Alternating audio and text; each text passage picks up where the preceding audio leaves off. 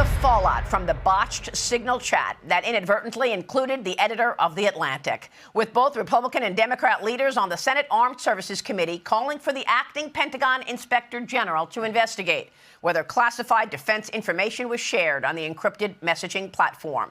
Democrats jumped on the blunder as they tried to take down President Trump's team and stop his agenda. Secretary of Defense Pete Hegseth should resign.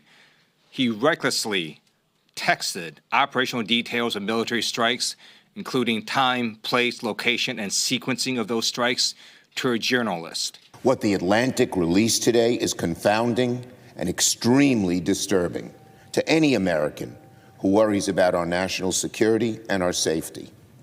It is appalling. To your knowledge, do you know whether Pete Hegseth had been drinking before he leaked classified information? The bulldog reaction and the Republicans' razor-thin majority launched President Trump into action this week, announcing on Thursday that New York Congresswoman Elise Stefanik would no longer be the nominee for U.S. ambassador to the United Nations, so she can return to the House and bolster support for advancing the president's agenda.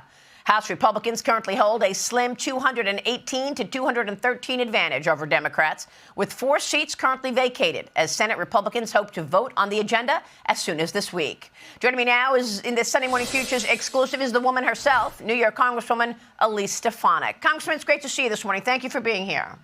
Great to be with you, Maria. Can you tell us a little about what President Trump is asking you to do?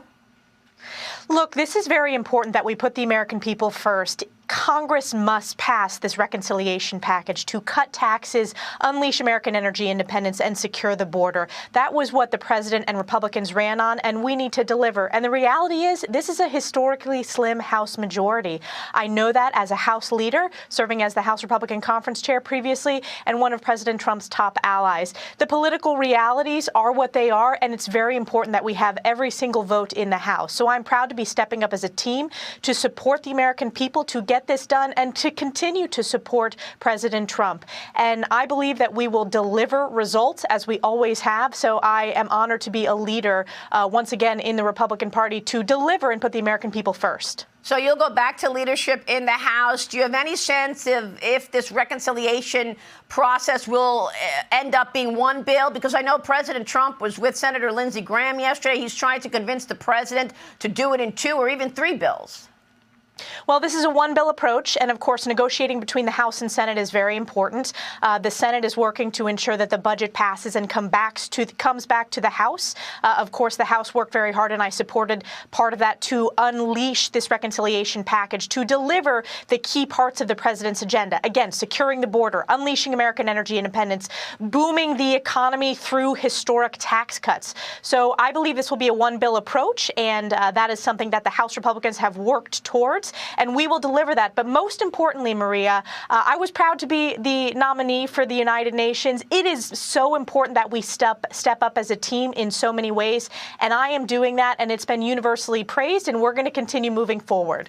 Yeah, I want to ask you about Iran coming up. But first, let's get to the other big news of the weekend. The president of Columbia University is out again. All of this started with your questioning in that hearing. Let's take a look back right now. Here it is. Calling for the genocide of Jews does not constitute bullying and harassment? I have not heard calling for the genocide for Jews on our campus. But does calling for the genocide of Jews violate Penn's rules? It is a context-dependent decision, Congresswoman. So the answer is yes, that calling for the genocide of Jews violates Harvard Code of Conduct. It depends on the context. It does not depend on the context. The answer is yes, and this is why you should resign. These are unacceptable answers across the board.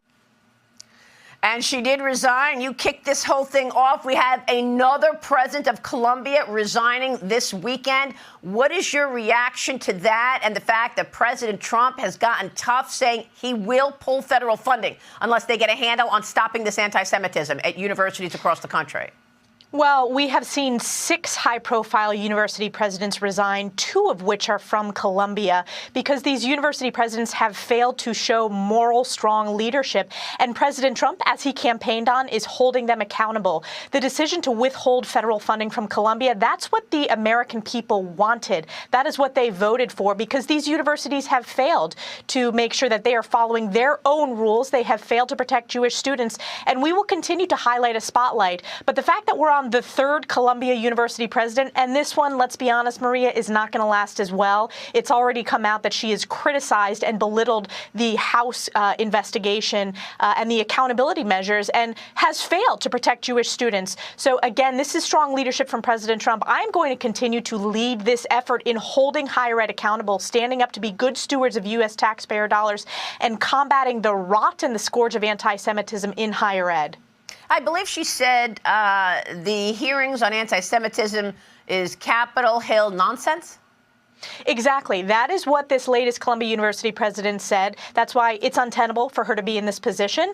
And I think it is only going to be a matter of weeks before she is forced to step down as well. They still don't get it. The faculty doesn't get it. These radical far-left students doesn't get it. But the fact that President Trump, not only is he revoking the visas for the pro-Hamas foreign agitators and anti-Semites on campus, he's also withholding those federal dollars. These universities are not entitled to those federal dollars. They have to ensure that they are protecting Jewish students on campus. So again, we are just seeing a failure within higher education. The Secretary of Education, Linda McMahon, has done a tremendous job forcing these universities to address this crisis on campus. And we're going to continue to use our ability on Capitol Hill and our appropriations and our oversight of these higher ed dollars to hold them accountable.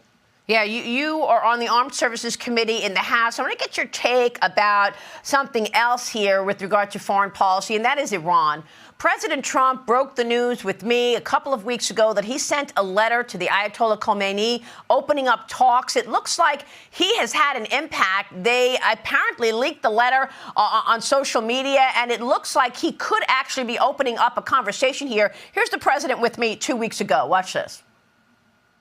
I've written him a letter saying, I hope you're going to negotiate, because if we have to go in militarily, it's going to be a terrible thing for them. You wrote a letter to the Khomeini? Yes. When did you send the letter? Yesterday. And you said you better negotiate, or we want you to negotiate? I didn't say you better. I Okay. said, I hope you're going to negotiate, because it's going to be a lot better for Iran. And I think they want to get that letter. The other alternative is we have to do something, because you can't let them have a nuclear weapon. The letter was posted on Sky News Arabia, apparently. It's very direct. It was actually well done. I want to get your take on what you want to see out of Iran and whether or not we'll see serious change here from that regime. We are seeing serious change from the failures of Joe Biden. This is President Trump's America First, peace through strength. I think this shows strong American leadership, especially after 4 years of catastrophic weakness under Joe Biden, when you had Iran on the march, including increasing their funding for terrorist proxies like Hamas, Hezbollah, and the Houthis.